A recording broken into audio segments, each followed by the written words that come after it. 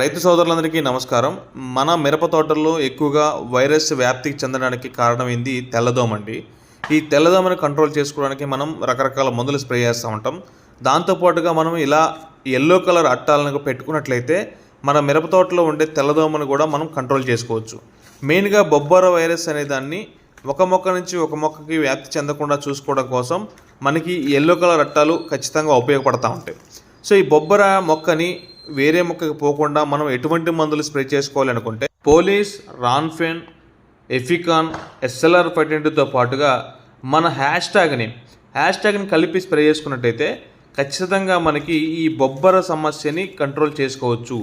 ఒకటే స్ప్రేయింగ్ తోటి హ్యాష్ ట్యాగ్తో పాటుగా దోమని కలిపి స్ప్రే చేసుకోవడం వల్ల బొబ్బర వ్యాప్తిని పూర్తిగా అరికట్టవచ్చు. హ్యాష్ ట్యాగ్ అనే మందు మొక్క గ్రీనిష్గా రావడానికి, చిట్టిగురుతోటి గ్రోతింగ్ రావడానికి, ఈ వైరస్ని తట్టుకోవడానికి ఎన్ని రకాలుగా మనకు ఉపయోగపడడం జరుగుతుంది.